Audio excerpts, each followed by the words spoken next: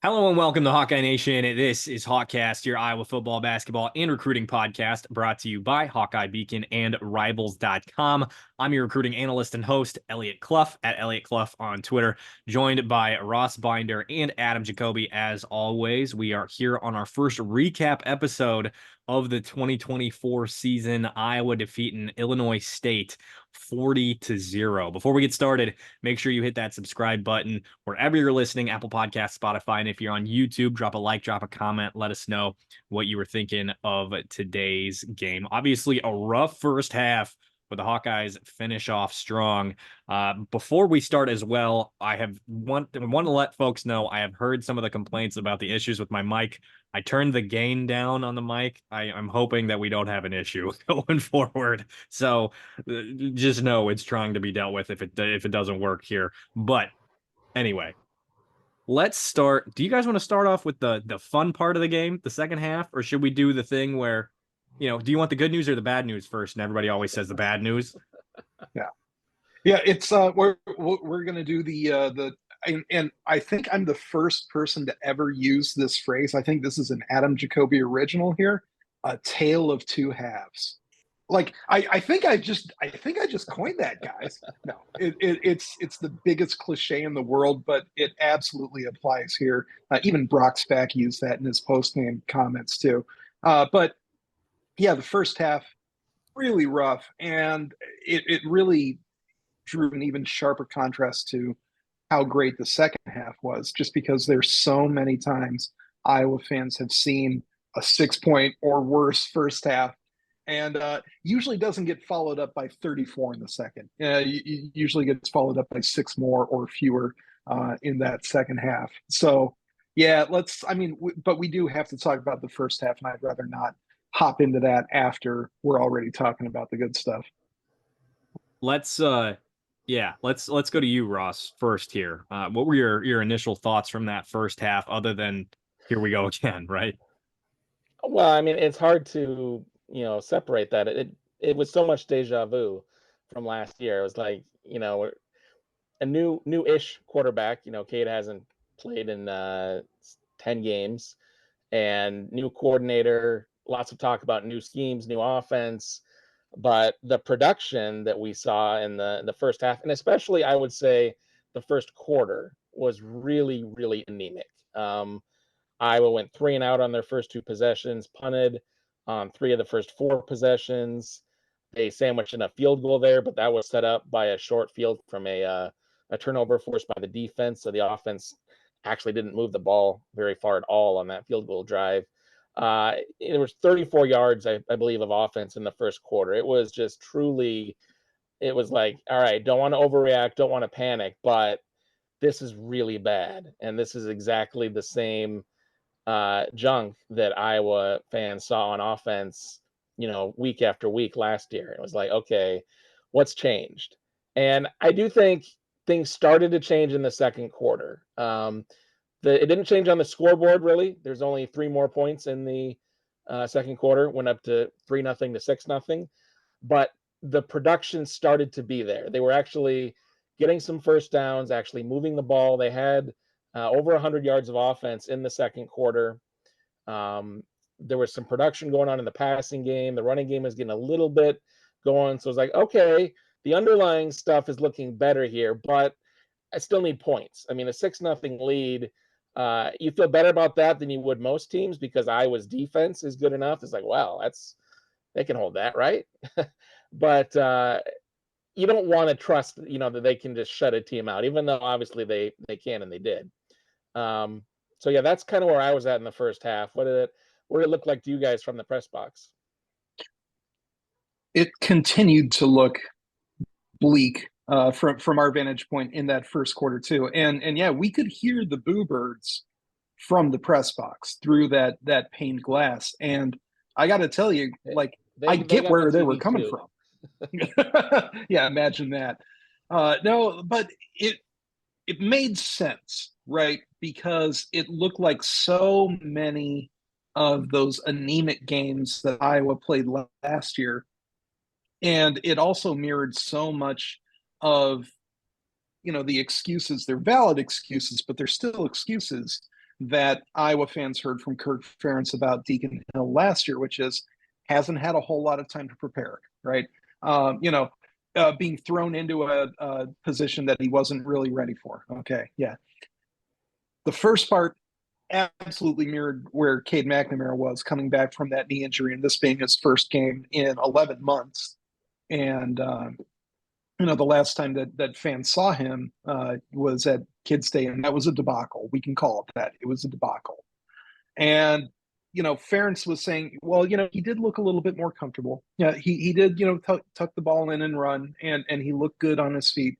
And fans were thinking, all right, but throw the ball, like complete some passes. And the fact that McNamara had a pretty rough first quarter, and a lot of it was mechanical on his part. A lot of those back foot throws. Some of that had to do with the pressure that Illinois State was putting on him. Some of it, I think, was just all right, first game in 11 months. Like there was some rust that had to be shaken off, despite all that practice that he'd been having over those last few weeks. Ferentz says it all the time. You can practice all you want. Things are a little bit different in these game situations, and so of course fans, when they see a first quarter where Iowa gains 34 yards of offense against Illinois State and can't get a first down until their fourth drive of the game, despite all these great field positions that the defense is giving these guys, of course they think it's more of the same. Of course it's deja vu. Of course it's post Brian Ferentz traumatic stress disorder, right? Like it is. So PBFPSD. That's a mouthful. It's all understandable. And the fact that they were able to turn that on, the fact that this Tim Lester system actually showed some green shoots, actually showed them what functioning, capable offense can look like in game one is actually kind of remarkable to me. Eliot, do you agree? Yeah. There are a couple things that I want to hit on from this first quarter. And Adam, the main thing that you said that I was going to reiterate is the fact that Cade was throwing off his back foot for a good portion of that first quarter. That there were a couple throws from the first quarter, first half, where it just looked like, what did I say in the press box? I don't know. Does Cade have the yips? That's what it looked like. For those of you who don't know what the yips are, it's just a mental thing. Like you can make the play, but your body and your mind there's like a disconnect. And I think it's a lot of that's anxiety. We might call it the yips in sports, but it's an anxiety. And I don't know if and what it seemed like is Cade needing to get hit, right? That first hit, because he hasn't been hit in a long time.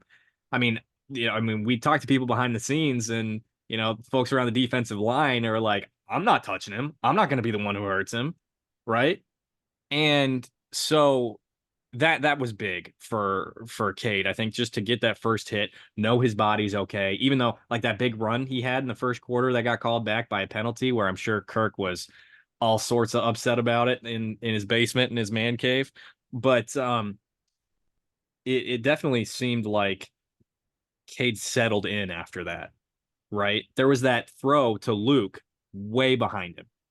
That would have been a touchdown. If that was in the second half, that run up the seam by Luke Lachey, that was a touchdown in the second half because of the way Cade settled in and was playing how he can play. And I know a lot of folks were overreacting and making the easy conclusion, oh, the offensive line is bad. The offensive line still sucks. All these things. When in all reality, Illinois State was loading the box because they knew they could. And like Cade wasn't making the throws where you have to respect his ability to make those throws and go over the top. And so they loaded the box, and you can't get a hat on a hat, right? If it's 8 and 9 matching up against 5 or 6, you just fundamentally can't block. And that's why the run game struggled in the first half. And what happened in the second half? Cade was making throws, and then Caleb Johnson takes 11 carries for 119 yards and 2 touchdowns, right? Like it just opened everything up. That's why they scored 34 unanswered points in the second half, on top of Reece Vander Zee turning into Randy Moss. But a variety of things that went into that flip going to the second half and why they struggled. And what's the thing we always hear from the staff and from players? Oh, we just got to execute. We just got to execute. Well, that was actually the case today, right? It didn't look like they were, like the play calling was bad. It didn't look like, things were going awry in terms of maybe adjustments or what have you. It was just flat out, we need to execute better, particularly Cade. He missed, he was late on throws. He was behind Reece on that cut over the middle. He was, we were kind of going back and forth whether or not that pass to the flat to Kamari was Cade's fault or Kamari's fault. Either way, it was bad. So just a variety of things that went into that first half to second half flip. Yeah, you mentioned the blocking, and I think that was if anything, an underappreciated part of why Iowa's offense was so bad in the first half, because Illinois State was just spamming the same sort of concept, which is just overload the edge, and there's nothing that any tackle, much less Jennings Dunker or Mason Richmond, and again, no knock on either of those guys, because by and large they had great days, but if no tackle is going to be able to block two or three guys coming off the edge at once. And Illinois State figured out that that's where the weak spot was going to be in Iowa's blocking schemes. And, you get a guy flying in untouched off the edge. And not only does that disrupt the timing of your passing game, it also means that these run plays, especially these outside zones and stretches, get run down from behind by an unmarked tackler. So the fact that Iowa was able to adjust to that in the second half, not quick enough, I would say, for fans' taste, because everybody in the stadium knew what was going to be happening by about drive 2. Right? That's how much the Redbirds were spamming this, because they knew that Iowa hadn't adjusted to it yet, and it really derailed things for most of the first half. Once Iowa figured out how to, at the very least, get a hat on a hat, Eliot, like you mentioned, and it didn't hurt that Caleb Johnson came into the game too. But once they figured out some assignments that actually put these guys in position to succeed, the execution was there, and they were gangbusters in the second half. Guys, listen to these stats for Cade McNamara in the second half.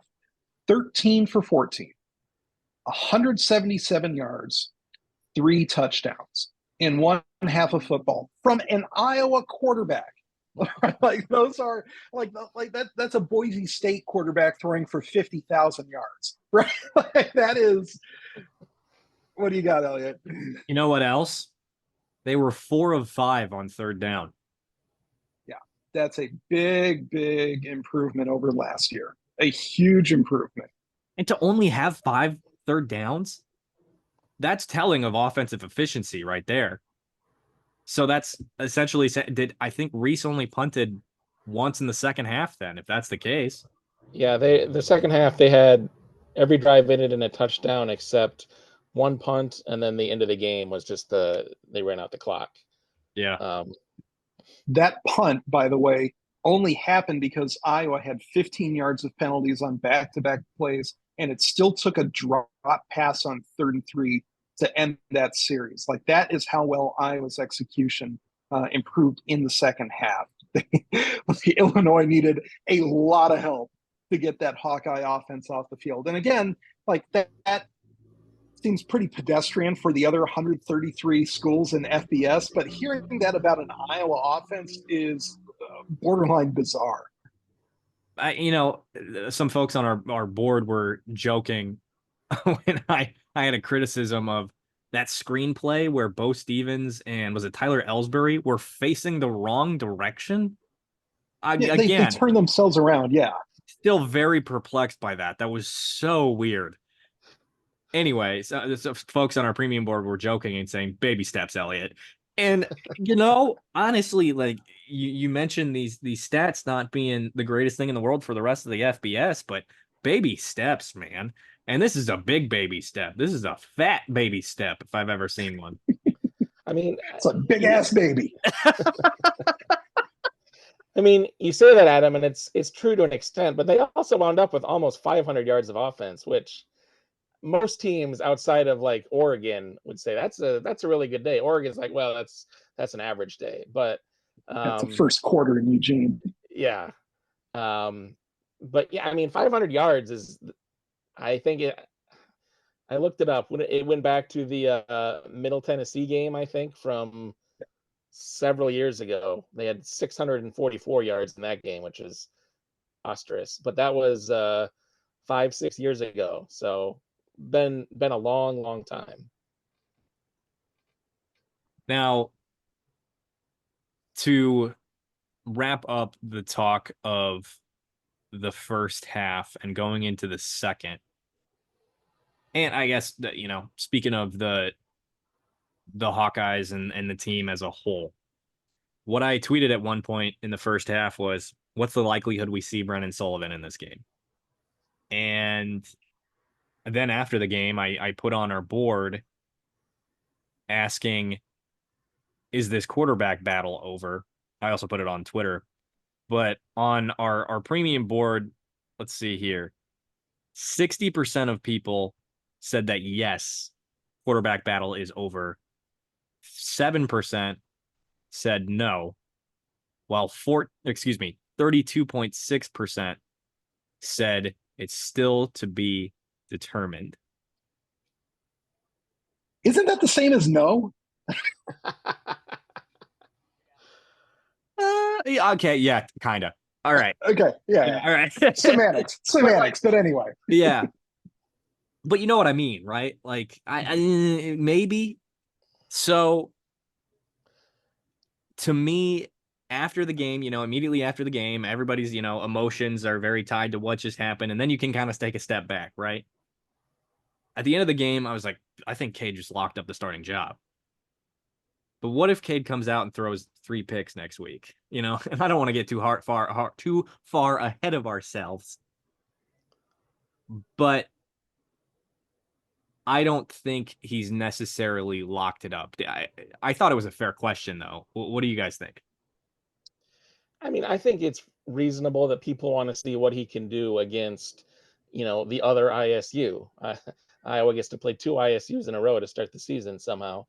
And Iowa State is, not only a Big 12 team, but they have a good defense. So it's going to be, a good step up in difficulty for Cade and the rest of the offense next week to see, I think, to prove that the gains that we saw in the second half, like how much of that was real, how much of that was, Illinois State getting worn down, getting tired, etc. I think, there's a lot to like about that second half. There are still some question marks to say, okay, this was good, but do it again and do it against better competition. As far as locking up the job, I think what this did is it helps give Ferentz more confidence in giving him a longer leash, I think, as a starting quarterback. I think it's clear that Ferentz has been leaning towards Cade the whole time. He's said that in as many words, it feels like, and just he rates experience so highly, and Cade has a lot of experience that he respects and values tremendously. So, given that, I think as long as Cade produces, then it makes it easier for Ferentz to keep trusting him. To your hypothetical, if he goes out and throws 3 interceptions in the first half or something next week, boy, that would be a real interesting halftime conversation. And hopefully it's not something we're speaking into existence, by the way. But and with that said, I'm sorry to interject here, Adam. I'll go right to you. That Luke throw that was swatted down in the first half today, that's probably a pick against the Power 4 team, right? So things really could have gone way more awry than they did in the first half. Ross, I agree. Like, I think what it did is it added a lot of leash. Like, it added some length of leash to where McNamara is standing, because not only does it prove that Ferentz and company had a pretty good idea, that like they thought he would do well, took a slow start, but he did well. And the slow start part of it, it got mentioned by Seth Wallace at the end of his press conference, but I think it really is telling because so many Iowa fans, most of them, saw that slow start and thought he doesn't have the juice, right? That oh, he's not ready yet. Who knows if he'll ever fire Tim Lester, fire everybody, etc. Like all that gloom and doom started up again. And in reality, the slow start was just that, a slow start. And once they got that clicking, all of a sudden this Tim Lester offense turned from this theoretical new toy to something that actually works, right? The proof of concept is there with Cade McNamara under center very specifically. So, Eliot, to your scenario, I think the big thing here is if he throws 3 picks, absolutely. Like you got to be looking at Sullivan at that point. But the fact is that he threw 0 picks in this game, and only a couple that were really in any sort of danger. You mentioned that underthrow to Lachey. Also, we should point out that second touchdown by Vander Zee, also a back foot throw, and like his mechanics were wild and awful. And it took a really great play by Vander Zee to turn that from a deacon ball, for lack of a better term, to a touchdown. Now, again, we're talking about some, like the exceptions that prove the rule, because most of McNamara's passes were on target. They're where you wanted them to be. And especially once you got rid of the drops from the first half, and there were 3 of them, he really, really locked in that second half. And, he's not going to complete over 90% of his passes the rest of the way, right? Like that second half is not how it's all going to be.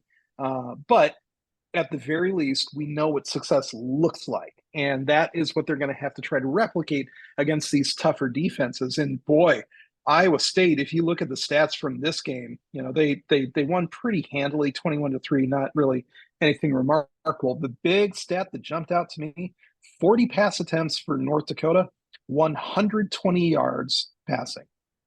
Or excuse me, 30 pass attempts, 120 yards. So 4 yards per pass attempt. And that is, there's very few games where even Deacon Hill did worse than that last year.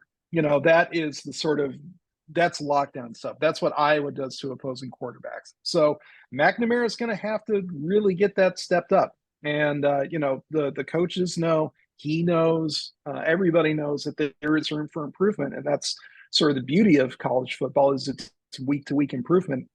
There is going to have to be some there, but we know what that improvement looks like at the very least. And we can also say that this knee thing is really not bothering Cade McNamara anymore, like he's tried to tell us so many times.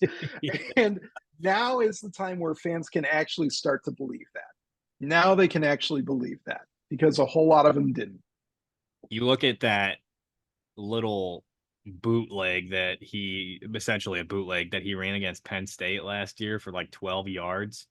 And he essentially gimped the whole way there, and he did not do that today in the 2 times he took off. And how about that freaking play where he threw it into Zach Ortworth, broke 2 tackles, spun around, and then put it right in the breadbasket to Zach Ortworth? That was probably is that like the best play of his career as an individual? Like, we got to go back to the Michigan days, of course, but what did I tweet right after that, Adam? Cade Mahomes? Because it was Mahomes-esque. Like, right, it's against Illinois State. Keep everything in context, right? But that was a pretty damn impressive play. Yeah, that was a phenomenal play. I don't know where it stacks up in the overall Cade ledger. I don't remember a lot of his Michigan plays, but it's a low bar, but it's certainly the most, exciting and tremendous play he's had at Iowa through 5 games now. But it was impressive. He was asked about it after the game, and point blank, could he have done this last year? He said no, he could not have, and it's completely clear no. Like, he was too physically compromised to do that last year, and what he showed there today is, yeah, the physical issues are not there. Like, he can move in the pocket, he can move out of the pocket, he can escape pass rushers, and he made a great throw there, on a dime, on the move to Ortworth down the sideline. Just a tremendous throw. So I think not having those physical limitations this year is really good and a huge improvement for Cade. And now it's just a matter of performing with consistency against better defenses too. So that's just the next step. But phenomenal first step today. That said, Adam, there was another thing you brought up that I think we definitely need to talk about, and it can segue into another topic that we need to hit. But that second touchdown pass to Reece Vander Zee, I watched it again when I got home, and it was like a fadeaway jumper kind of situation where you're trapped and it's against a bigger player and you just kind of wing it up but it goes in. That kind of situation. Now, Reece made a phenomenal play. What I called him Randy Moss at the beginning of the episode for a reason. But when you go back and look at the release point, Cade is at a 45-degree angle. How about that? Like, again, you're not going to make that type of play against most Power 4 teams. Reece really had to make a hell of a catch, but he did make the catch, right? And that play was indicative of how much pressure Illinois State was able to get for at least the majority of the first half, and no sacks today. That's a huge, huge step up for the Iowa offensive line. Absolutely huge. And Cade last year with this thigh would have gotten sacked. Oh, several times. Guaranteed. Several times. Yeah. His footwork in the pocket actually looked like Michigan Cade McNamara. And that was one of the big reasons why I was excited to see him come to Iowa back in 2022/23. Back when the expectation was that he would, come into the game, or excuse me, come into the season healthy. Obviously, that didn't pan out. But all you had to do was watch his Michigan film, just pull up some highlights, and his ability to navigate the pocket with his feet as a Wolverine would have made him the best, footwork QB in Iowa's QB room since God knows who, probably CJ Beathard, right? So the fact that Iowa fans are actually getting to see that out of him now, and that he's able to turn that into production. And again, we're talking about game one with a brand new offensive coordinator. And they're playing Illinois State, but you look at the last 10 games that Iowa played against FCS competition, guys, just take a stab what Iowa's average margin of victory in their last 10 games, so not including this one. So coming into today, Iowa's last 10 games against FCS foes. Ross, I'll start with you. What would you guess was the average margin of victory of those 10 games? And we're including the 2-point loss to North Dakota State. I would guess it was around 15 to 18 points, maybe. Eliot? So you're killing me here because this is my second year on the beat, and last year they played 2 G5 teams. So I'll take 14.9 just to spite Ross. Closest without going over. Oh, no, wait, that's closest without going under. And it is actually lower than both of those. 13.4 over the last 10 games, even with a 9-1 record. So the fact that they were able to hang a 40-point win on Illinois State, that's not just something that you can wave away with, oh, but they're FCS. Oh, but they're lower. Guys, it's not 1993 anymore. These FCS teams have some dudes on them. And when Illinois State had a schematic advantage that Iowa hadn't cleaned up yet, they were using that advantage. And they had the athletes to really make Iowa's life difficult. So I don't think that, you can just sort of wave away the I mean, obviously, there is going to be a step up in competition, right? Like Illinois State is probably the worst team that Iowa will play this year. It's just that floor just keeps coming up and coming up and coming up from FCS competition. So it is actually, to me, it's pretty remarkable that they're able to, essentially blow a team out. And the other thing that I was going to reference there is their 2-quarterback system. One of them was a 4-star recruit that Iowa recruited out of high school. Ken O'Keefe offered him a scholarship. Rubley from Kansas State. And I mean, neither of them really did anything. There was like one drive where they moved a little bit between the 20s, I think from like the 20 to the 50, and then they had to punt, or it was like a turnover or something. But that was pretty indicative of how good the Iowa offense is, I think. I mean, you know, they were missing out on their leading, or excuse me, Iowa defense. They were missing out on their leading rusher from last year. Mason King had that injury early in the game, so that sucks for him. I hope he's back and can play a decent part of the season. But one other thing that you mentioned about them having some dudes is Brian Allen absolutely annihilated their best offensive lineman, their left tackle today. And what have we been saying over the last year? Oh, he has all the physical tools. Oh, if he puts it together. And what did we learn this offseason? Kind of sounds like he's bought in and has begun to put it together. And then we saw it today. He and TJ Hall were both good. That was a bright spot of the first half for me, with how bad the offense was and everybody was down in the dumps. TJ Hall was a good starter at corner. Of course, they did some rotations. John Nestor somehow got beat on a deep one-on-one ball, but like 99 times out of 100, that ball's not caught, and he makes the play. But TJ Hall and Brian Allen, I thought were really good. Brian Allen did his job. And oh my God, you could see it, you know, I remember one question during media day. I think it was from Shannon Earhart from KCCI. She asked Kelvin Bell, who's going to be your most feared pass rusher? And Brian Allen looks like he could be like, just, you know, I'm envisioning that one play.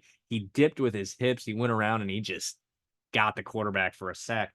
And who's to say it's not Brian Allen? And maybe not this year, but maybe next year. And on top of that, speaking of the defensive line, Aaron Graves, 3 sacks, should have had a fumble recovery on what was apparently a ghost call on Jay Higgins that shouldn't have been called. But man, Aaron Graves, YA Black stuffed a run that I thought was, I looked up and I missed the start of the play, but I thought it was a sack because it was in the backfield. Like the D line was legit today. Legit. And again, in context, Illinois State, right? But like they're showing those flashes, and I mean they shut them out, right? 40-0. The only time they did something even remotely close to that was that 41-10 game against Western Michigan last year. And Iowa's offense looked so much better today than they did in that 41-10 win over Western Michigan. There are just so many things to be encouraged by here that you can pick and choose. And we haven't even really talked about Reece Vander Zee that much. Like, he was so good today. I remember one of our cohorts today, Adam, said, I haven't seen a receiver from Iowa that go up and get it catch that he made.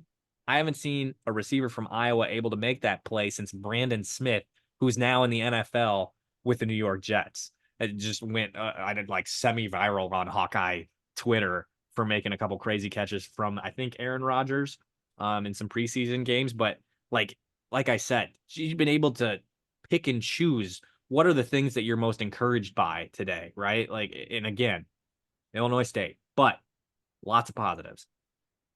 Yeah, I actually asked Aaron Graves after the game, when was the last time that he had 3 sacks and a half? Because all of his sacks came in that first half, and he was almost single-handedly just erasing that defensive line. And a big part of that was also because of YA Black. Graves said that he was drawing double teams on nearly every snap.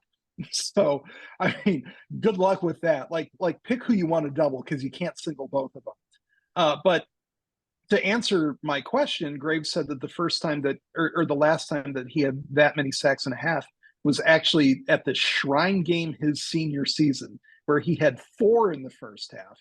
And he said, but Illinois State's a big step up in competition, right? And we're talking about a Shrine game. We're talking about like Iowa high school all-stars. And we know now that Iowa high school all-stars are no slouch, right? That all of that sort of bias against recruiting them to D1 is over. You know, Iowa high school football is in tremendous shape. So the fact that Graves says, yeah, but Illinois State's a lot better than that, I think that says a lot to the level of competition that I was playing, but also sort of the level of competition that Graves is bringing this season. I mean, he looks like a monster. YA Black looks like a monster. The fact that Black can be that big and move that quickly, Eliot, like you're talking about one of those plays that looked like it was a sack, and it was just Black, all 320 whatever pounds of him getting into the backfield and giving the running back, who weighs about half as much, nowhere to go. There's no outrunning a dude like that, and that's borderline unfair. Especially when you're not bringing Big Ten levels of talent to the equation. Yeah. So is it going to be more difficult to do that to Iowa State? Of course. To say nothing of Ohio State or the like. But the fact that they're able to really, really overpower a strong FCS team bodes very well for the future, because who else overpowers strong FCS teams is really, really, really good FBS teams. So at the very least, Iowa is sort of walking the walk that really strong Power 5 teams, Power 4 teams, Power Conference teams find. This is how they do it. This is what they do.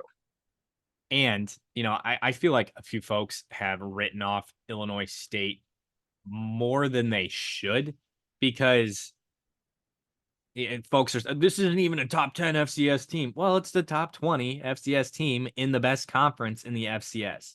Okay. Like, you got to give them a little something, right? And I'm sure they beat them 40-0 for a reason, but they're not a slouch in the FCS. One more stat, and then I'll stop talking over Ross here. But we talked about TJ Hall and even John Nestor and Jamari.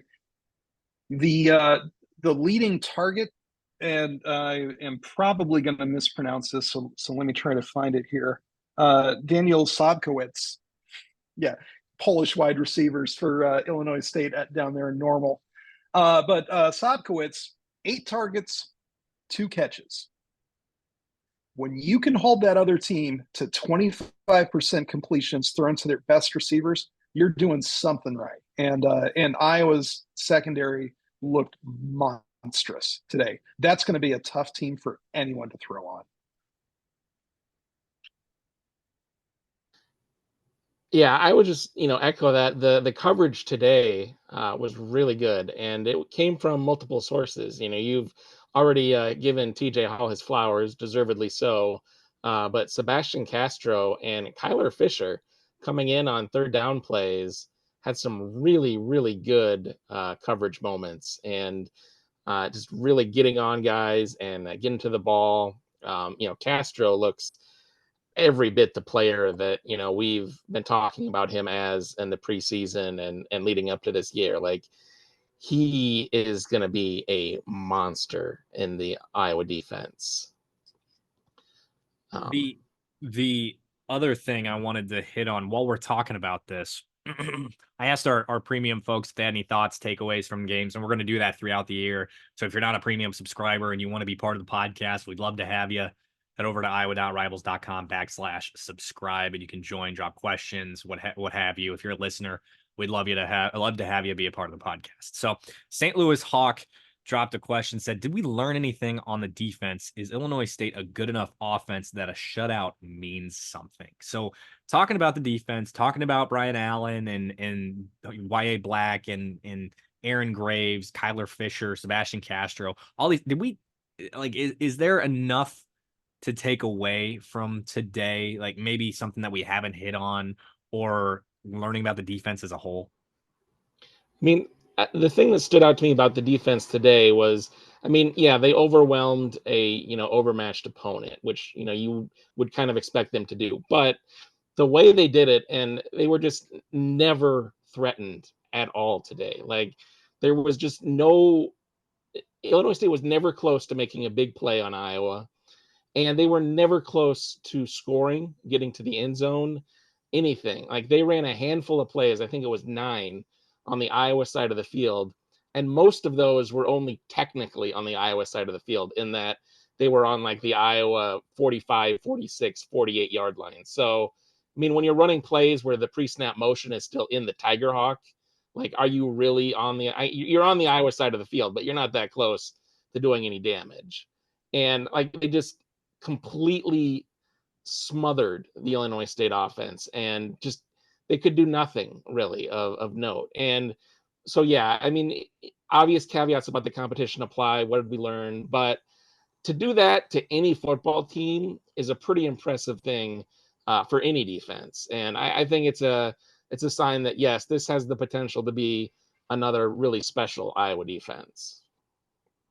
Yeah, I'd say if there's anything that we learned about the Iowa defense, it's not only that they're still really good, shocker there, but also that they've got more depth than I think that they get credit for. Obviously, not a shock to see Jay Higgins lead the team in tackles, but it is a bit of a shock when it's only 7. And it is a little bit of a shock when Nick Jackson is alone in second with 5, and everybody else had, less than that. But there were 23 guys that recorded tackles today. And the guys that had multiple tackles include, the likes of Brian Allen, we talked about, Cohen Entringer, already back from that knee injury and flying around, Van Kekerix, Carson Shire, Caden Crawford, Max Llewellyn. Like these are names that have not been as proven. Jeremiah Pittman had a couple tackles too, both solo tackles. Like these are more unproven names than the big splashy guys like your Higgins, your Nick Jackson, your Sebastian Castro, etc. So again, yeah, I get it, and there's only so many times that we can preface, or qualify it by saying that it's an FCS team. But regardless of that, the fact that the second and third units were able to preserve the shutout, and again, not even let Illinois State, who kept their starters in quite a while, even threaten to score. I think that shows, and Iowa fans should be encouraged by the fact that it's not just studs and duds on that defense. Like you go down into that depth chart, you're going to still find some dudes. It's dudes all the way down, guys. The thing I was going to mention, you mentioned Max Llewellyn. A couple stats. I mean, I'm looking at the stats from today. He had a 1.5 tackles for loss. That went over my head. The other thing about Brian Allen too, he had a pass breakup.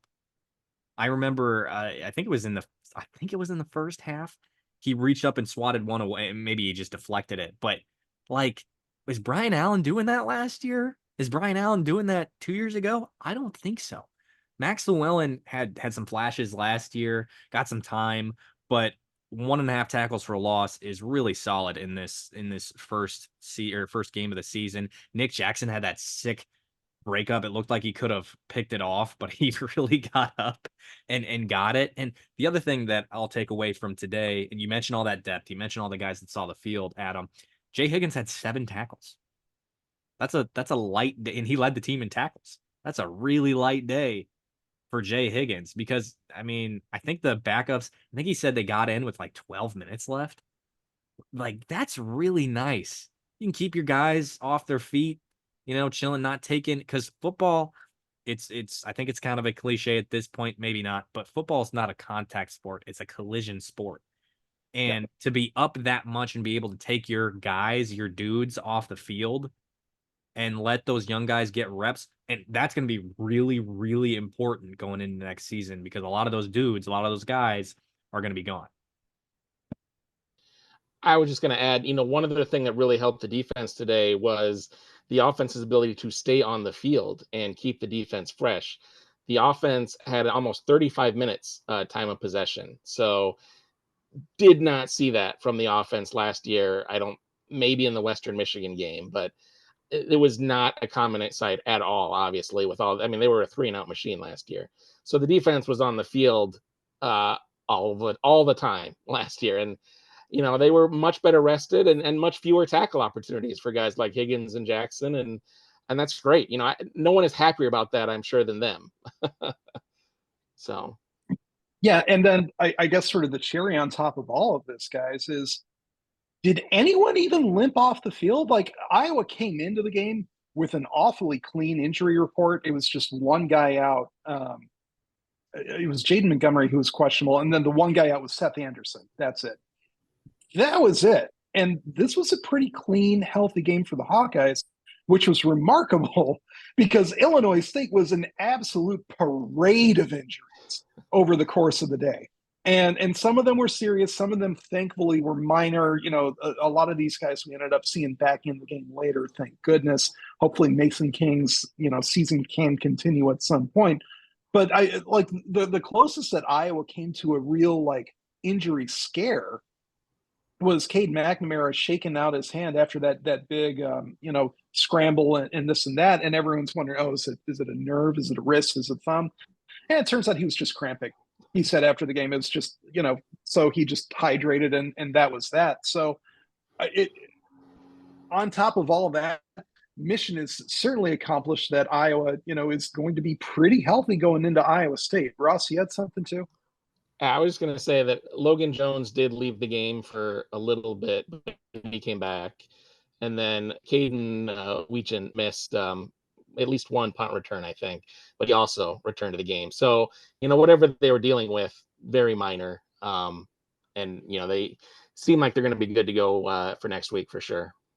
So that is actually perfect that you mentioned that, Ross. You said that it was referenced on radio that Weechin was just feeling ill because he came back later in the game.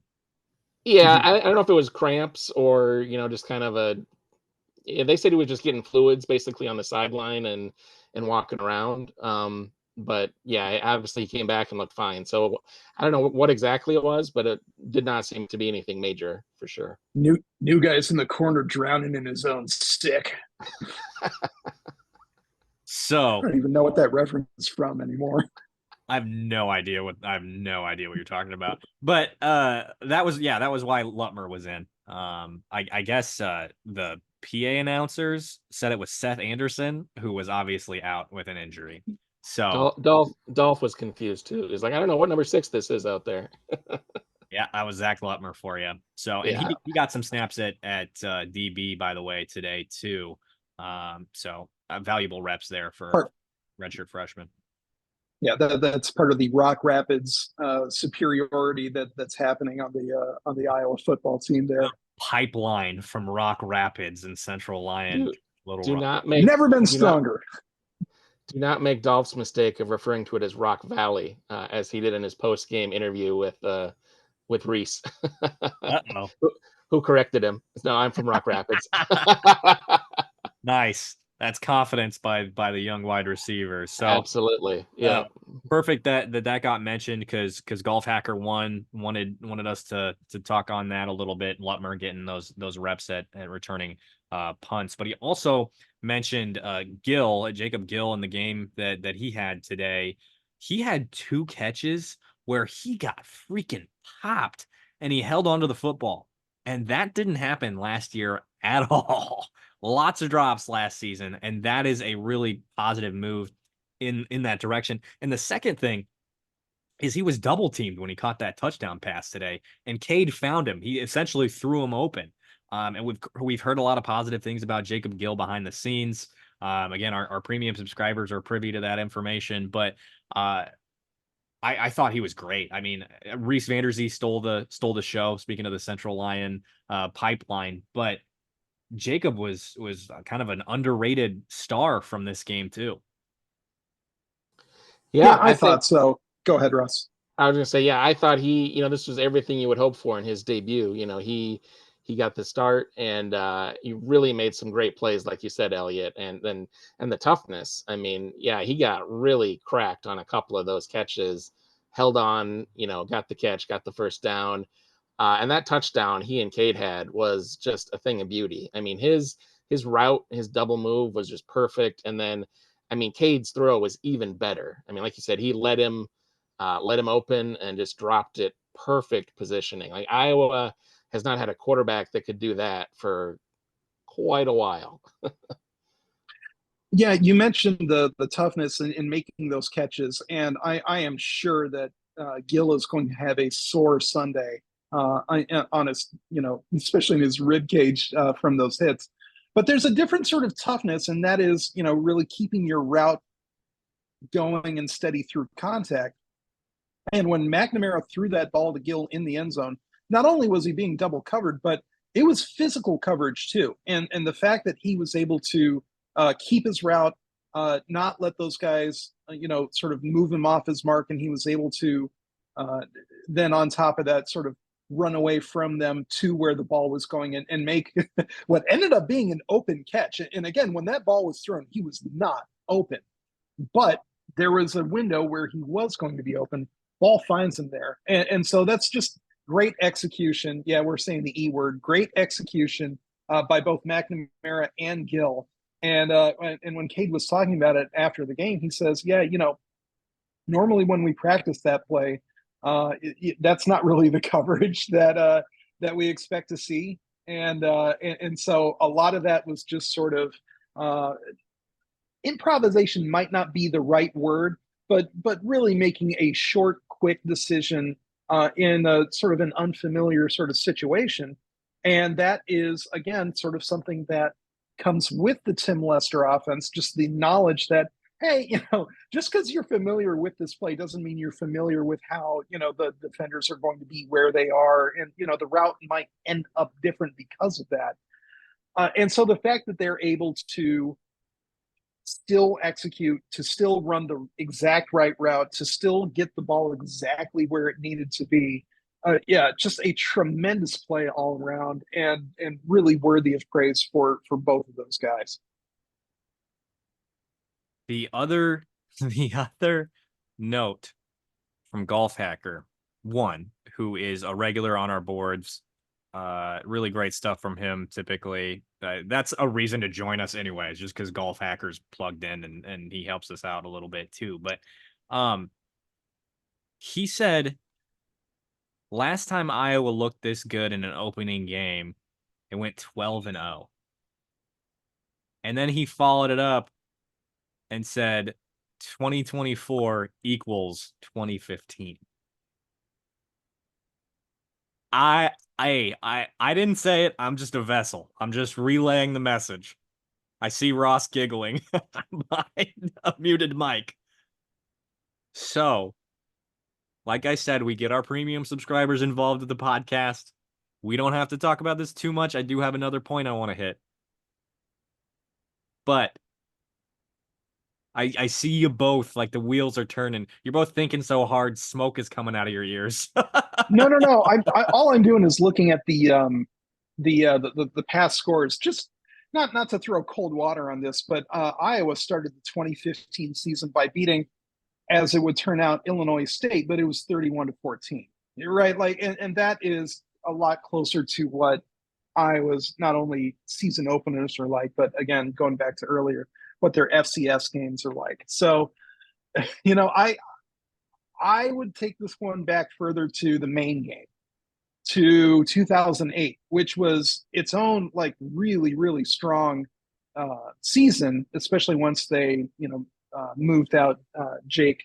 I almost called him Jake Rudock. No. 2008, they moved out Jake Christensen and brought in Ricky Stanley when the team was 3-3, and we all know what happened from there.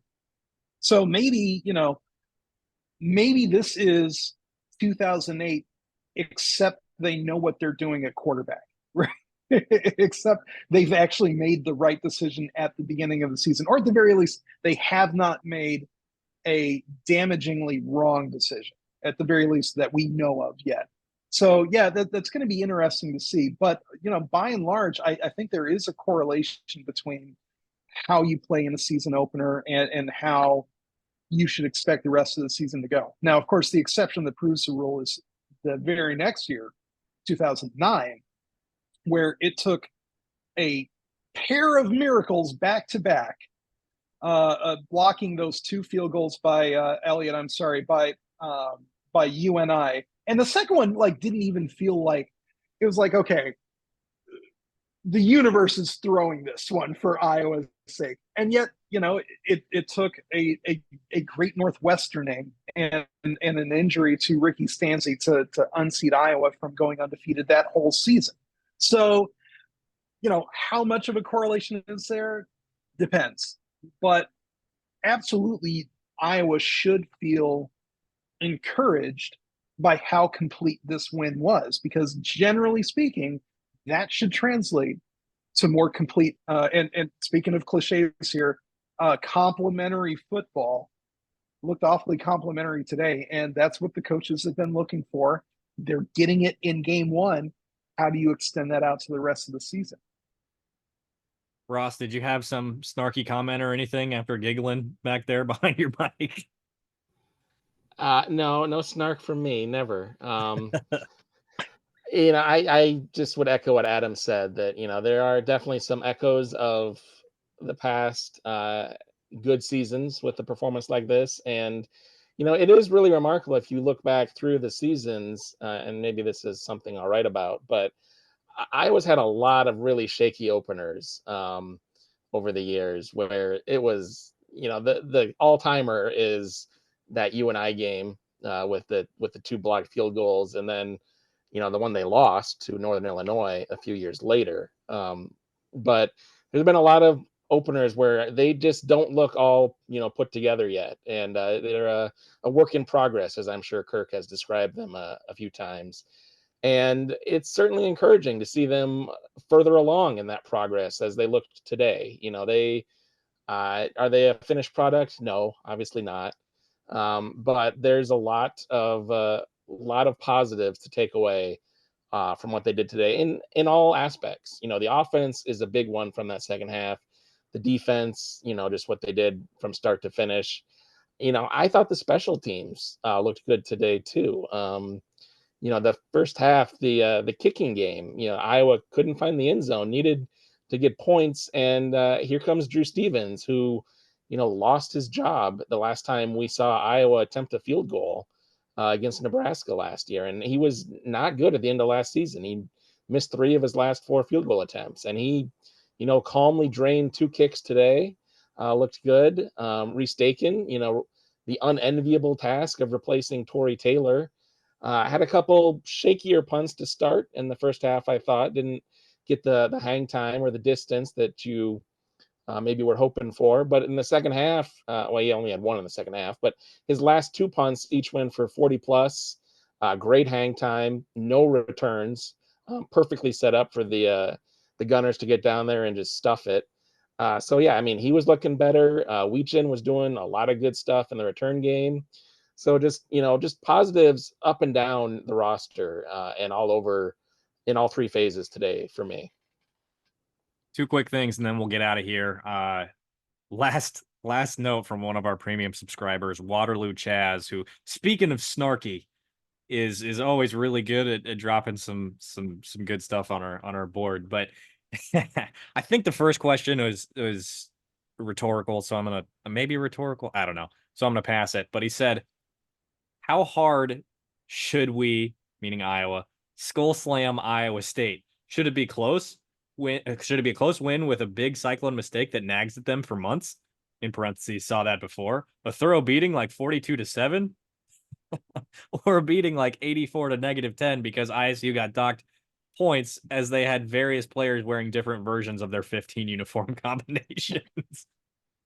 So, and more good stuff that I will just let our premium subscribers enjoy, and I probably don't feel that is necessary to share on the podcast. So, if you guys haven't seen it, I'll let you check it out, and of course, our premium subscribers can check it out there at iowa.rivals.com or Hawkeye Beacon and all of our premium content. Now, the final thing I want to say before we get out of here and get your guys' thoughts, Seth Wallace, acting head coach today. All the players said, we didn't really notice any difference. And I mean, if Seth Wallace is looking for more resume builders to be a head coach one day, maybe Iowa's head coach once Kirk Ferentz decides to hang it up. I mean, I was really impressed with him at the podium today too. He spoke highly of his players. He we talk about players being good quotes, bad quotes, and stuff like that sometimes behind the scenes. We don't say that. We don't tend to say stuff like that on the podcast. But Seth was awesome. I really, really enjoyed our 20 minutes that we got with him post game. And I really think he just knew what his task was today. And that was to keep the train rolling. We're on to week 2.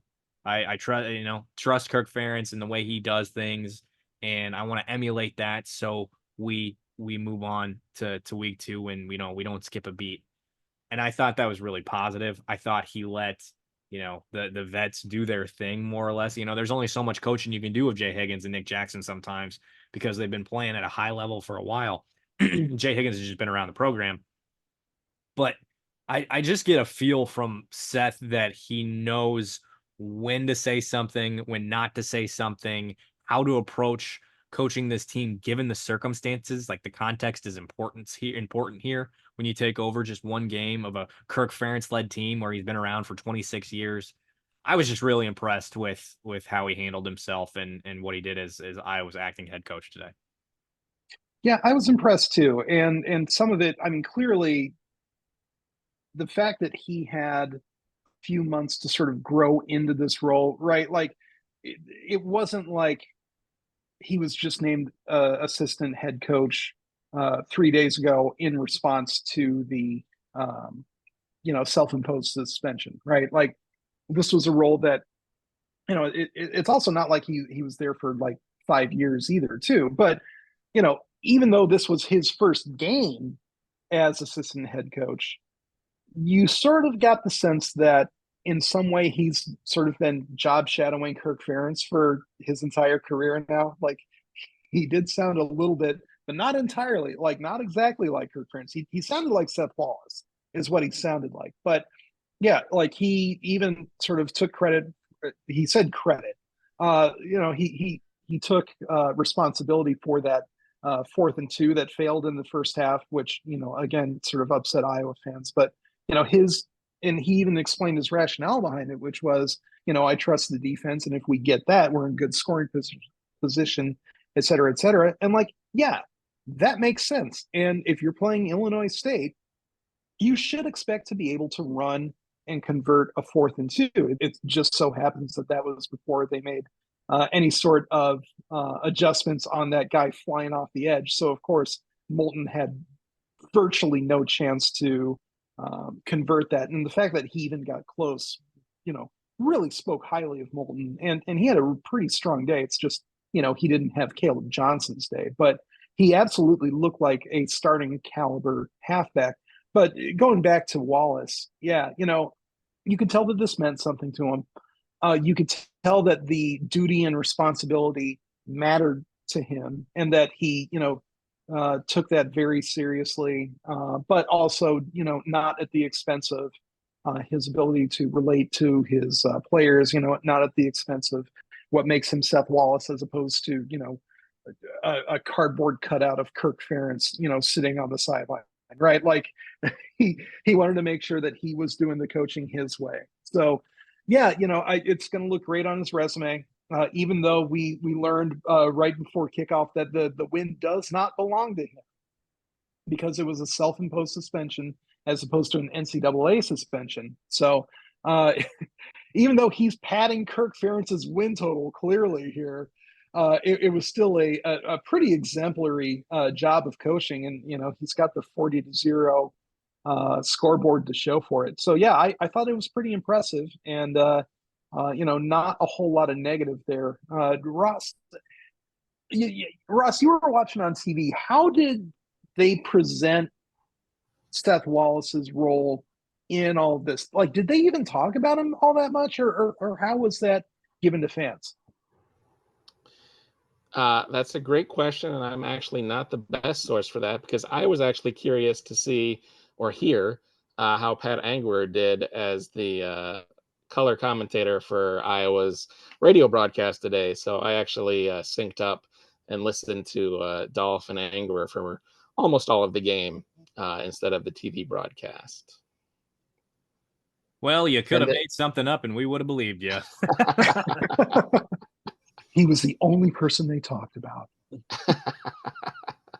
Now, as we get out of here, and we're going to have follow-up content tomorrow, Monday. I went and watched 2025 commit Burt Goucher on Friday in DeKalb, as well as a 2026 receiver who plays for DeKalb. And that's going to be premium content. We're going to have a follow-up article on Seth Wallace and his role over the weekend. We're going to have media availability on Tuesday.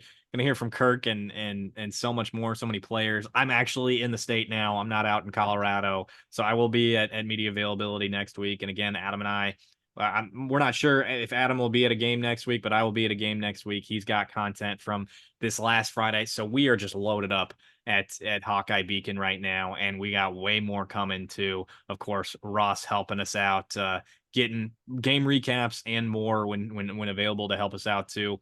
So we got a ton of stuff coming at Hawkeye Beacon. And before we get out of here, I have to say this stat because we cannot end this podcast without this stat. Second half today, Iowa wide receivers, 3 touchdown receptions. In the entirety of 2023, Iowa's receivers had 3 touchdown receptions. In the entirety of 2022, Iowa's wide receivers had 2 touchdown receptions. Reece Vander Zee himself had 2 touchdown receptions in the second half today. So it's a new day. Yes, it is. A hell of a way to start off the Tim Lester era. How about that? Now, if you're happy about that and you're not subscribed yet, make sure you hit that subscribe button, whether you're on Apple Podcasts, Spotify, YouTube. If you're on Apple Podcasts or Spotify, please leave that rate and review. That helps us out so much, helps us promote the podcast. If you like us, only if you like us, leave that rate and review, please. And if you're on YouTube, make sure you hit that subscribe button, drop a like, drop a comment. How excited are you for this Cyhawk week ahead? And if you're not a premium subscriber today, you can do that. iowa.rivals.com/subscribe. Once again, folks, I am Eliot Clough at Eliot Clough on Twitter, joined by Ross Binder, our managing editor from the site, and then Adam Jacoby, our publisher as well. We appreciate you tuning in.